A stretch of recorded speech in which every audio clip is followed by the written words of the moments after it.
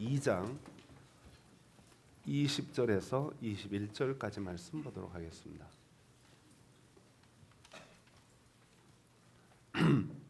요한일서 2장 20절에서 21절. 너희는 거룩하신 자에게서 기름 부음을 받고 모든 것을 아느니라. 내가 너희에게 쓰는 것은 너희가 진리를 알지 못하기 때문이 아니라 알기 때문이요 또 모든 거짓은 진리에서 나지 않기 때문이라. 아멘. 기도하고 말씀 나누겠습니다. 하나님 아버지 감사합니다. 무더운 여름 속에서 저희들이 주님 앞에 나왔습니다. 주님 은혜 베푸시고 모인 모든 성도들에게 하나님의 말씀으로 힘을 주시고 하나님 말씀으로 깨우침 주시고 그 말씀을 준행하고 실천하여 이 땅에서 빛되고 소금된 사명 감당할 수 있도록 축복하여 주시옵소서. 주님 부족한 종을 이 시간 온전히 사용하여 주시어서 하나님 말씀을 오류 없이 바로 증거할 수 있게 하여 주시옵소서. 예수님 이름으로 기도하옵나이다. 아멘. 서양의 유명한 철학자 중에 한 명인 니체는 말하기를 신은 죽었다. 누가 죽였느냐? 바로 우리가 죽였다. 그렇게 이야기하고 있습니다. 니체가 살던 19세기 독일은 기독교 국가입니다. 그런데 19세기 독일 기독교는 형식주의에 빠져서 외식과 가식의 신앙생활, 도덕은 타락하고 세속화되어져서 참된 신앙을 찾아보기가 힘들었습니다. 그래서 19세기 무신론이나 혹은 기독교에 대하여 반대되는 사상들이 어디서부터 나왔냐면 기독교에 가장 가까이 있는 사람들에게서부터 나왔습니다. 니체는 4대째 목사 집안의 아들로 태어났고 니체 집안이 20명이 목사였습니다. 루터교 목사였습니다. 그런 집안에서 니체가 기독교를 볼 때 야 이건 문제가 많다. 하나님 믿는다고 말만 했지 사실은 세상의 가치를 추구하고 세상의 물질을 추구하는 이 기독교, 하나님, 신, 너희가 죽였다. 그렇게 이야기하고 있어요. 칼 막스도 역시 같은 사고 방식을 가졌습니다. 사실 그것은 니체 시대만 그런 것이 아니라 오늘날 이 시대 우리들도 비슷합니다. 오늘 이 시대 우리들도 하나님 믿는다고 말은 하지만 신앙생활 한다고 말은 하지만 그러나 우리가 추구하는 신앙생활의 목적이 무엇입니까? 방향이 무엇입니까? 돈, 명예, 권세, 이 땅에서 잘 먹고 잘 입고 잘 살고 그것이 우리의 삶의 목적이 되어가고 있지 않습니까? 정말 우리가 따라야 할 기준과 표준이 세상적 가치에 함몰되고 있지 않는가? 그런 의미에서 니체의 말은 오늘날에도 우리에게 참 유효합니다. 놀라운 사실은 사도 요한이 요한일서를 쓸 당시에도 비슷한 상황이었습니다. 오늘 요한일서 2장 15절 16절 말씀에 이런 말씀이 있습니다. 이 세상이나 세상에 있는 것들을 사랑하지 말라. 누구든지 세상을 사랑하면 아버지의 사랑이 그 안에 있지 아니하니 이는 세상에 있는 모든 것이 육신의 정욕과 안목의 정욕과 이생의 자랑이니 다 아버지께로부터 온 것이 아니요 세상으로부터 온 것이라. 사도 요한 당시에도 그리스도인들 중에 하나님 아버지를 사랑한다기보다는 세상을 사랑하고 세상에 눈에 보이는 것이 더 중요하고 이 세상에서 자랑거리가 훨씬 더 중요하다고 생각하는 사람들이 많았습니다. 참된 그리스도인은 어떤 사람이냐? 세상의 가치를 추구하는 사람이 아니라 하나님의 진리의 말씀, 하나님의 진리를 추구하는 사람이 참된 그리스도인이다. 사도 요한이 말하고자 하는 것은 바로 그것입니다. 그러면서 진리를 추구하는 사람에 대하여 오늘 본문에서 조금 재미난 표현을 하고 있습니다. 2장 오늘 본문 20절 말씀에 이렇게 이야기하고 있어요. 너희는 거룩하신 자에게서 기름 부음을 받고 라고 표현하고 있습니다. 여러분, 기름 부음 받는다 하는 말은 사실은 구약적인 표현입니다. 구약에 왕이나 제사장이나 선지자는 기름을 부었습니다. 왜 기름을 부었느냐? 하나님께서 특별하게 사용하시고자 특별하게 선택하셔서 그들에게 기름을 부어주셨습니다. 너희들은 하나님의 특별한 목적을 위하여 구별된 사람이다 하는 의미로 기름을 부어주셨습니다. 예수님께서 공생애를 시작하시기 전에 요단강에 나가서 세례 요한에게 세례를 받으실 때 하늘에서 성령이 비둘기같이 그 머리 위에 임했다라고 말하고 있습니다. 성경학자들은 그것을 뭐라고 표현하냐면 성령의 기름 부음이다라고 말하고 있어요. 오늘 여기 사도 요한은 우리에게 거룩하신 자에게서 기름 부음을 받은 너희라고 말하고 있습니다. 베드로 사도는 뭐라고 말하냐면 왕 같은 제사장이라고 얘기하고 있어요. 왕 같은 제사장, 왕이나 제사장 다 기름 부음 받은 사람이에요. 그런 의미에서 저와 여러분은 다 기름 부음 받은 사람인 줄 믿으시기 바랍니다. 기름 부음 받았다는 것은 하나님이 특별한 목적을 가지고 우리를 택하시고 우리를 구별하여 특별한 계획을 갖고 있다 하는 거예요. 그저 예수 믿으면 다가 아니라 하나님이 우리를 예수 믿게 한 데는 목적이 있다는 거예요. 뜻이 있다는 거예요. 계획이 있다는 거예요. 마치 부모가 자녀를 낳으면 다들 그런 뜻이 있어요. 자녀들에 대한 희망이 있잖아요. 뜻이 있잖아요. 우리 애는 좀 이랬으면 좋겠다. 우리 애는 정말 훌륭한 자녀가 되었으면 좋겠다. 그런 생각 가지지 않아요? 그래서 부모들이요 자녀를 위하여 다 투자합니다. 내 모든 것을 다 쏟아냈습니다. 내 자녀가 정말로 자신이 소망하는 대로 멋진 자녀, 훌륭한 자녀가 되도록 하기 위하여 진액을 다 쏟습니다. 나는 아무것도 없어도 좋으니까, 나는 죽어도 좋으니까, 나는 쓰러져도 좋으니까 너는 잘 되라. 그렇게 우리는 자녀들에게 쏟아붓습니다. 그런데 그 자녀들의 뜻과 부모의 뜻이 어긋날 때가 많아요. 자녀와 우리가 생각이 같지 않을 때가 있단 말이죠. 그런데 자녀가 우리와 생각이 같지 않다고 해서 호적에서 파버립니까? 그런 부모 있어요? 없어요. 내 뜻과 어긋난 길로 자녀가 가더라도 부모는 변함이 없습니다. 내 자녀 어찌해서든지 잘 되게 해주세요. 바르게 해주세요. 물론 자녀들이 머리가 크고 키가 크면요 자녀들이 부모 말을 안 들어요. 다 자기 하고 싶은 대로 한단 말이죠. 그렇다고 해서 부모와 자녀의 연을 끊어버립니까? 그렇지 않아요. 내가 비록 자녀에게 해줄 게 아무것도 없어도 뒤에서 부모는 끊임없이 자녀를 위하여 기도해 줍니다. 사랑을 쏟아줍니다. 우리 하나님 아버지도 같습니다. 우리 하나님 아버지도 저와 여러분을 하나님의 자녀로 택하시고 특별한 목적과 계획을 우리를 위하여 갖고 계십니다. 그런데 우리는 우리의 생각이 있어요. 이사야 선지자는 그걸 이렇게 표현하고 있어요. 각기 제 길로 갔거늘. 모든 사람들이 제 길로 간단 말이죠. 하나님의 뜻과 어긋나게 가고 있어요.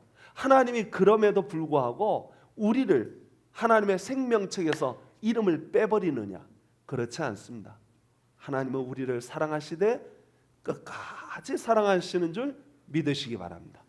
하나님이 택하신 사람은 하나님이 책임져 주십니다.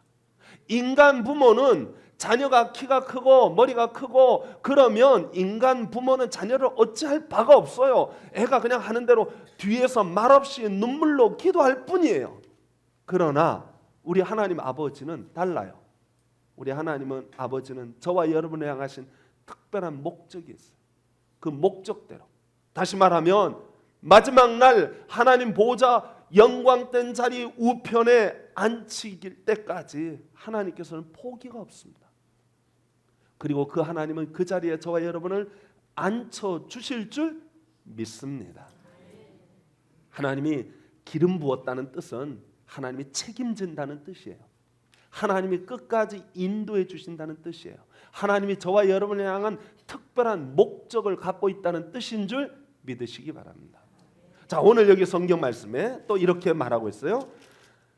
너희는 거룩하신 자에게서 기름 부음을 받고 모든 것을 아느니라 그랬습니다. 여기 모든 것을 안다는 말 좀 주의 깊게 생각해야 합니다. 어떤 분들은 기름 부음 받았으면 세상의 모든 지식을 통달한다라고 생각할 수도 있어요. 뭐 세상의 법학, 뭐 세상의 모든 과학, 철학, 뭐 이런 것들을 다 아는 것처럼 생각할 수 있지만 그렇지 않아요. 제가 학교 다닐 때 학교에서 라틴어 공부를 할 때 쪽지 시험을 봤어요. 교수님이 매일같이 500개 단어를 쪽지 시험 보는 거예요. 라틴어를. 그 시험을 보는데 어떤 학생이 빵점을 맞았어요. 시험 보는데 그러니까 교수가 그 학생 이름을 부르고 자네 공부 안 했어? 왜 빵점이야? 그랬더니 그 학생이 머리를 벅적 긁으면서 아유 교수님 죄송합니다. 지난주간 제가 기도원에 가서 기도하느라고 공부를 못했습니다. 그랬더니 교수님 막 화를 내면서 이놈아 성령의 시험 앞에서도 꼼짝 못해. 학교의 공부는 네가 공부를 해야지. 기도한다고 답이 보일 줄 알아? 그러면서 막 야단을 치시더라고요. 여러분 세상의 학문도 마찬가지고 신학을 공부할 때도요. 공부 안 하면 모르더라고요. 다 아는 것 같지만 그걸 아는 게 아니에요. 어떤 분은 그런 말 하는 분들이 있어요. 모든 것을 안다는 말이 하나님 말씀의 뜻을 다 안다 그런 뜻으로 해석하는 분이 있어요. 제가요 책을 좋아해서 책을 많이 읽어요. 성경도 읽고 신학 관련 책도 읽고 성경 관련 책도 읽고 막 읽다가 보니까 깨닫는 게 있어요. 야, 내가 몰라도 너무 모르는구나. 내가 성경을 안다고 하지만 몇십 년 동안 성경에 관련된 책들을 읽고 성경을 연구했지만 너무 모르는 게 많구나 그런 생각을 가지고 제가 글을 썼어요. 목사지만 참 성경에 관련된 책도 많이 보고 연구도 많이 했지만 참 부족한 게 많고 아직도 모르는 게 많습니다 하고 썼더니 밑에 댓글로 이렇게 썼어요. 목사님 저한테 와서 좀 배우세요. 그렇게 쓰신 분이 있더라고요. 저한테 와서 배우세요. 그리고 홈페이지도 가르쳐주고 메일 자기한테 메일하라고 메일 주소도 알려주더라고요. 그래서 제가 그분 홈페이지에 들어가 봤어요. 그랬더니 목사가 아니에요.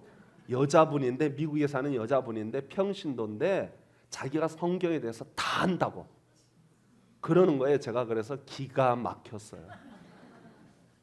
여러분 인간이 어떻게 하나님의 말씀을 다 알 수 있어요? 어떤 분들은요 심지어 하나님의 마음속까지 꿰뚫어 보는다고 말하는 분이 있어요. 하나님 뜻을 다 자기가 알아서 자기가 다 말해주겠다는 거예요. 그래서 봉투가 딱 올라오면 손 얹으면 당신 뭐 어쩌고 저쩌고 뭐 얘기하는 분이 있어요. 영성이 있다고 하면서 내가 너를 위하여 예언 기도를 해주겠다 막 이러면서 다 하는 것처럼 얘기하는 분이 있어요. 여러분 사람이요 하나님 앞에 가까이 가면 가까이 갈수록 뭘 느끼는지 아세요? 우리 하나님은 거룩하신 분이시고 나는 죄가 너무나 많구나 하는 것을 깨닫게 돼요. 하나님 앞에 가까이 가면 가까이 갈수록 우리 하나님은 너무나 크신 분이고 나는 너무나 작은 사람이구나 하는 것을 깨닫게 되는 거예요. 하나님 앞에 가까이 가면 가까이 갈수록 우리 하나님의 지혜와 그 지식의 폭이 얼마나 깊고 넓은지 측량할 수가 없구나 하는 것을 깨닫고 주여 나는 죄인입니다. 주여 나는 부족한 자입니다. 주여 나는 모자란 사람이다 하고 겸손해질 수밖에 없는 것이 하나님께 가까이 간 사람이에요. 하나님과 멀리 떨어지면 자기가 최고인 줄 알아요. 무신론자들 보세요. 기독교를 다 아는 것처럼 얘기를 해요. 제가 뭐 실명까지 거론해야 좀 돌이라는 사람이 있어요. 돌. 진짜 돌덩어리 같은 사람이에요. 신학대 딱 1년 다녔는데 기독교에 대해서 다 아는 것처럼 얘기를 해요. 예? 자기가 전공한 동양 철학에 대해서 얘기할 때는 뭔가 좀 들을 게 있어요. 그런데 기독교에 대해서 얘기할 때는 제가 볼 때는 몰라도 너무 모르는구나 하는 생각을 가지게 되는 거예요. 하나님과 멀리 떨어지면요, 하나님을 다 아는 것처럼 얘기해요. 성도 여러분, 저와 여러분들은 하나님 앞에서 겸손해지기를 소망합니다. 난 참 부족합니다. 난 참 모자랍니다. 연약합니다. 그런 자세를 가져야 돼요. 그렇다면 오늘 여기 모든 것을 안다 하는 말은 도대체 무엇일까요? 저는 이 모든 것을 안다는 말을 사도 바울은 이렇게 표현하고 있습니다. 육에 속한 사람은 하나님의 성령의 일을 받지 아니하나니 저희에게는 미련하게 보이며 또 깨닫지도 못하나니 이런 일은 영적으로야 분별하느니라 그랬습니다. 여러분, 우리가 세상에 살다 보면 세상이 전부인 줄 알아요. 이 땅에서 사는 게 전부인 줄 알아요. 그런데 영적인 눈이 띄어지면 이게 전부가 아니구나, 하나님 나라가 있구나 하는 것을 깨닫게 되는 거죠. 영적인 세계를 보게 되는 거예요. 여러분, 그게 얼마나 큰 지식인 줄 아세요? 세상의 모든 사람들이 다 이 세상이 전부인 줄 알고 살아가고 있는데 우리 그리스도인은 이 세상이 전부가 아니구나. 영적인 세계를 보는 눈, 그것은 세상의 모든 과학과 지식과 철학을 다 갖춘 사람보다 훨씬 더 뛰어난 지식의 사람입니다. 뿐만 아니라 우리가 이 땅에 살면서 살아가는 삶의 목적을 알게 되는 거예요. 하나님이 위에서 부르신 부름의 뜻이 무엇인지 아는 것처럼 귀한 일이 없어요. 이 땅에 사는 사람들 보세요. 목구멍이 포도청이라 먹으니까 살고 먹기 위해 살고 죽지 못해 사는 것이 오늘날 이 세상 사람들이에요. 그런데 우리 그리스도인은 하나님 나라를 위하여, 그 영광을 위하여, 그 뜻을 위하여 살아가는 사람들이에요. 그런 의미에서 우리 그리스도인들은 세상의 사람들의 모든 지식 위에 뛰어난 영적인 지식을 갖고 있는 사람이에요. 제가 볼 때는 그런 정말 영적인 세계관을 가진, 하나님 나라의 시각을 가진 그리스도인이 되었다는 거예요. 자, 그런데 오늘 여기 본문의 말씀 다시 한번 돌아가서 2장 21절 말씀, 내가 너희에게 쓰는 것은 너희가 진리를 알지 못하기 때문이 아니라 알기 때문에 쓴다 그랬습니다. 여러분, 도대체 이게 무슨 뜻일까요? 몰라서 쓰는 것은 이해할 수 있어요. 가르치려고 쓰는 거니까. 그런데 알지 못하기 때문에 쓰는 것이 아니라 알기 때문에 쓴다 하는 말은 실천해라, 그런 뜻입니다. 아는 것으로 끝이 아니라 실천하라는 것입니다. 사도 야고보는 그런 말을 했어요. 알고도 행치 아니하면 죄니라 그랬습니다. 제가 조선시대 때 임금들 중에 2명 참 좋아하는 임금이 있어요. 한 명은 한글을 만든 임금이에요. 누구죠? 세종대왕. 한글을 만든 임금이에요. 또 한 명 제가 좋아하는 임금은 정조대왕입니다. 정조를 제가 참 좋아해요. 다산 정약용과 함께 콤비를 이루어서 나라를 정말 문예부흥을 일으켰던 위대한 왕 중에 한 명입니다. 근데 제가 정조에 관련된 책들을 많이 보는 중에 무슨 책을 읽었냐면 정조치세어록이라는 책을 읽었어요. 정조가 나라를 다스리는 동안 신하들이 했던 말, 그거를 모아놓은 책이에요. 정조치세어록을 살펴보다가 깜짝 놀랄 일을 하나 발견했어요. 뭐냐면 정조가요, 꼴초였어요. 우리나라의 담배가 임진왜란을 통해서 우리나라에 담배가 들어왔는데 정조가 담배를 피기 시작했어요. 펴보니까 이게 너무 좋아. 참 마음이 심란할 때, 괴로울 때 한 대 탁 피면은 마음이 안정이 되고, 세상에 이것처럼 좋은 게 없어. 그래서 정조가 신하들에게 책문을 주는 거예요. 책문이라는 건 뭐냐? 내가 이거 할 테니까 너희들 이거에 답을 좀 써봐라. 해서 신하들에게 뭘 책문하냐면 1796년 11월 18일 날 이렇게 내려요. 온 백성으로 하여금 담배를 필 수 있도록 묘안을 한번 내봐라, 이거예요. 신하들이 거기에다가 묘안을 써서 내는 거예요. 반대한 사람은 한 명도 없었습니다. 다 찬성했어요. 그러면 정조는요, 담배의 해악성을 몰랐어요. 폐를 얼마나 망가뜨리는지 몰랐단 말이죠. 몰랐으니까 유익한 것만 생각한 거예요. 그리고 그 유익함 때문에 온 백성이 좀 폈으면 좋겠다. 실제로 조선시대 때 그때 남녀노소 다 폈어요. 담배를 많이 폈어요. 만약에 정조가 담배의 해악성을 알았으면 뭐라고 말을 했을까요? 담배가게 옆에다가 해골을 그려 놓았을 거예요. 그리고 담배는 당신의 건강을 해롭게 합니다 라고 썼을 거예요. 재미난 사실은 정조 치세 오록에 보니까 서영보라고 하는 신하와 이렇게 이야기하는 중에, 야, 아는 것이 힘들겠느냐 실천하는 것이 힘들겠느냐 어느 것이 더 어렵겠느냐 하고 서영보에게 정조가 물으니까 서영보가 시경의 말을 인용해서 이렇게 말을 합니다. 아는 것이 어려운 것이 아니라 실천하기가 어렵습니다 라고 대답했어요. 그래서 정조는 난 생각이 좀 다르다. 알면 행할 수 있지만 모르면 행할 수가 없다. 사람이 고기가 맛있는 줄 알면서도 먹지 않을 사람이 없고, 독초를 먹으면 죽는다는 사실을 알면서도 독초를 먹을 사람이 없다. 따라서 지식이 없어서 실천을 못하는 것이다 라고 정조가 대답을 합니다. 말을 합니다. 여러분, 지식이 없어서 실천 못합니까? 정말 그럴까요? 오늘 이 시대에 우리는 담배가 해로운 거 다 알고 있어요. 의사 선생님이 당신의 건강을 위해서 담배 끊으세요. 그래도 못 끊는 사람들이 있습니다. 알지만 못하는 거예요. 성도 여러분, 우리 그리스도인들 중에서도 하나님의 말씀을 듣는 것, 아는 것이 전부인 줄 생각하는 사람들이 있습니다.